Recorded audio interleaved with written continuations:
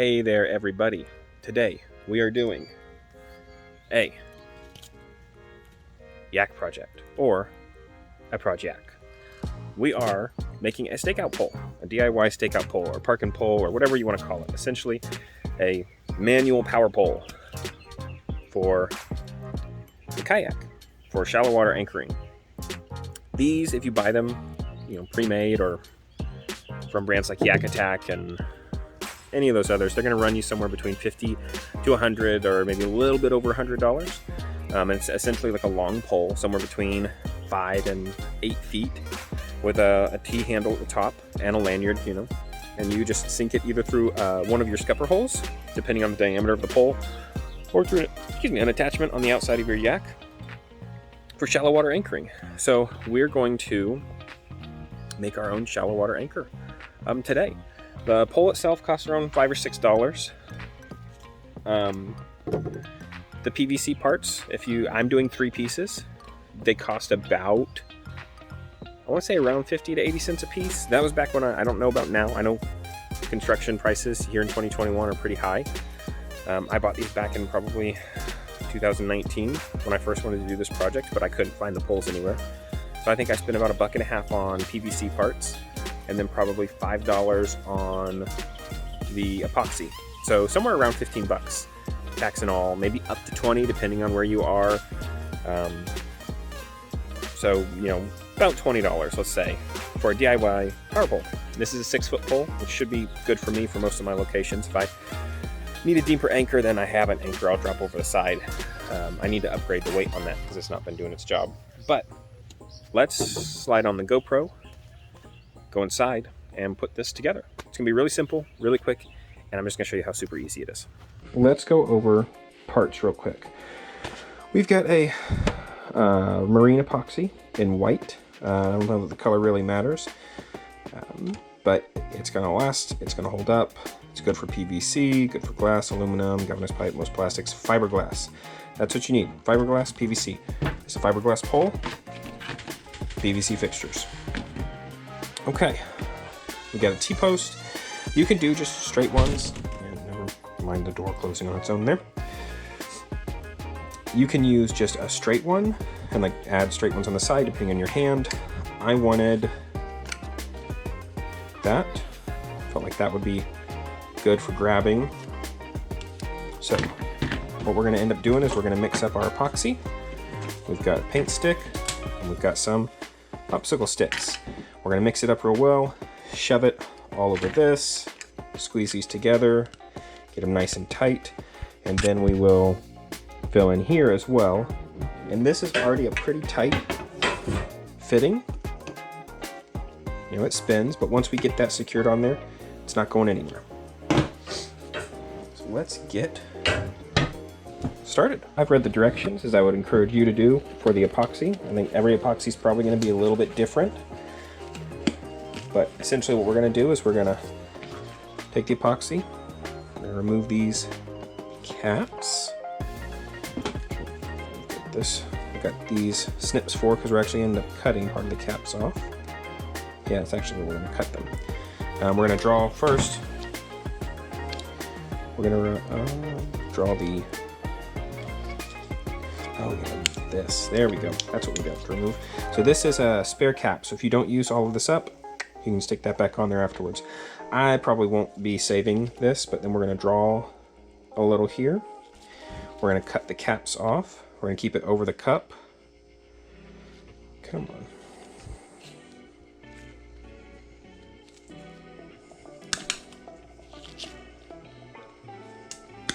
There we go. We should be able to draw it there now. Okay, then it says to turn it up, let the air bubbles rise. You can see the top of the mixture there, so you know that we've got contact. It's not drawing very well. Okay, now it's just time to push both sections evenly into the cup. Woo! Now this should be enough to do this project. I'm going to go ahead and plunge it all. I don't have another project to do with this. I'd rather have a little bit extra left over than to not have enough. I don't know about this epoxy. Other epoxies I've worked with in the past tend to stink. So you might want to wear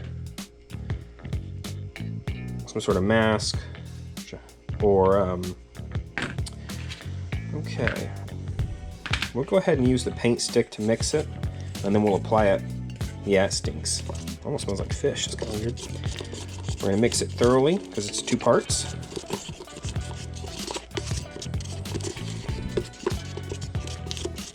Yeah, it does. It smells like salty and fishy. And what I'm probably gonna do is transfer it to one of these little cups once it's all mixed up for easier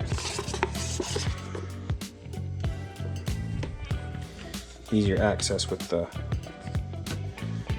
other sticks, with the popsicle sticks, the little craft sticks or tongue depressors or whatever you want to call them.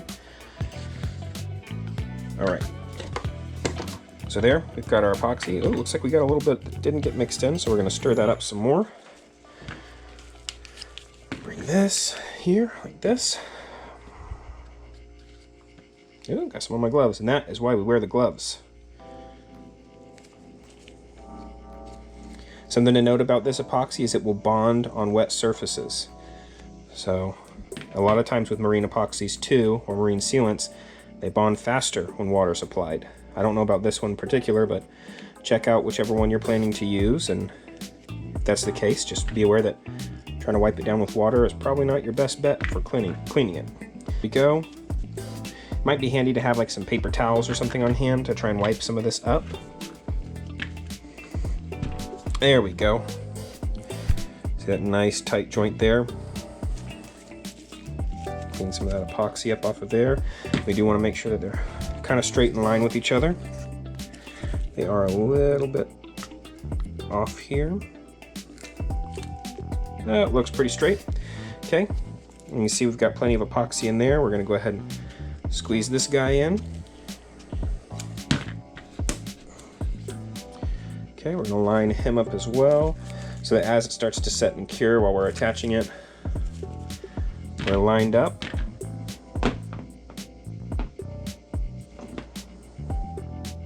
That looks pretty lined up to me. So next, we're going to get our pole shifted. I'm going to twist this around so we've got, whoa, limited space here, cardboard underneath the pole. Shift down a little bit. We're going to go ahead and take epoxy, shove it down in this hole here, and then and really we're going to just fill it, coat it, fill it, coat this, and then apply it, and then I'll probably get some paper towels to clean up any extra, any of the ooze that we don't want. One thing you should note is this yak pole is not going to float. I don't know if some of the other brands, if their poles float. This one will not. So do be aware of that. I bought 2, so that if it did end up biting the dust, I was prepared to make another one. You know, and it only cost me a few more dollars to go get the PVC and another thing of epoxy to make up another one. Alrighty. I'm going to grab some paper towels and clean that up. Okay, just a few paper towels to try and wipe some of the epoxy up off of the PVC at the top here. Get some of that drippage there. You can see where the epoxy touched here. It's already dried and kind of gummed up a little bit. That's okay. That's pretty much it. We'll let this sit. Yeah, it's seated real tight. We're gonna let it sit and cure.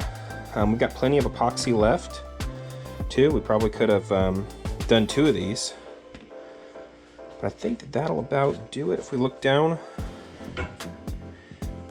I'm looking inside there. I don't see any epoxy running on the sides, so that's good. So what we'll end up doing is I'm gonna probably just do this. I'm gonna prop it up so there's no pressure on prop it up essentially There we go. There's no pressure on this. It can sit, it can cure. I guess my fingers have come off with maybe some rubbing alcohol or something. But that should do it. Once it's cured, we'll take another look at it, which for me, that'll be about 2 hours, I think. Let's see.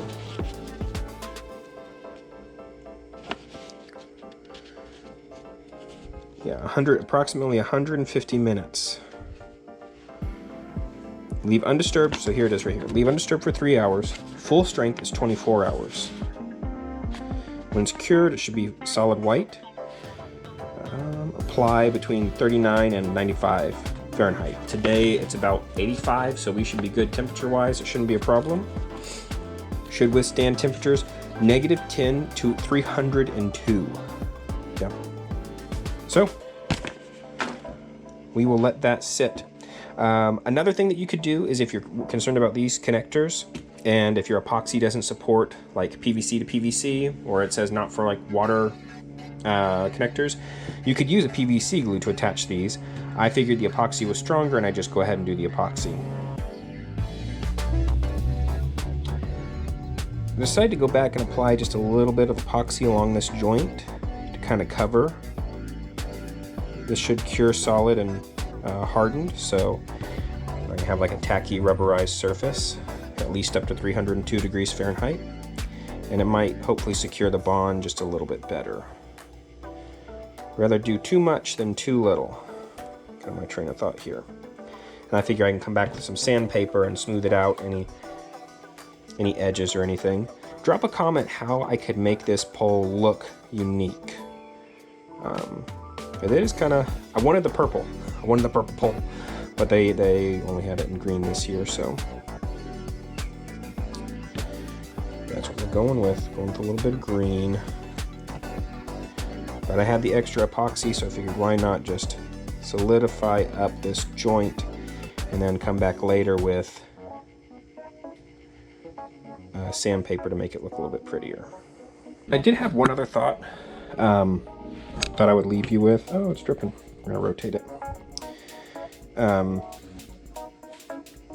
Is it if you were worried about this connection with the fiberglass not being tight enough with the epoxy, you could fit this fitting without the elbows, without any side pieces, and from either direction, and I don't know about the fiberglass, you'd have to look that up, but maybe drill a hole through so that when you fit it, put your epoxy on, fit it, run a short bolt through with a nut on the other side, and just make sure it's cut shear so you're not going to scratch yourself, and then you'd have like a mechanical fitting as well as the glue and the epoxy.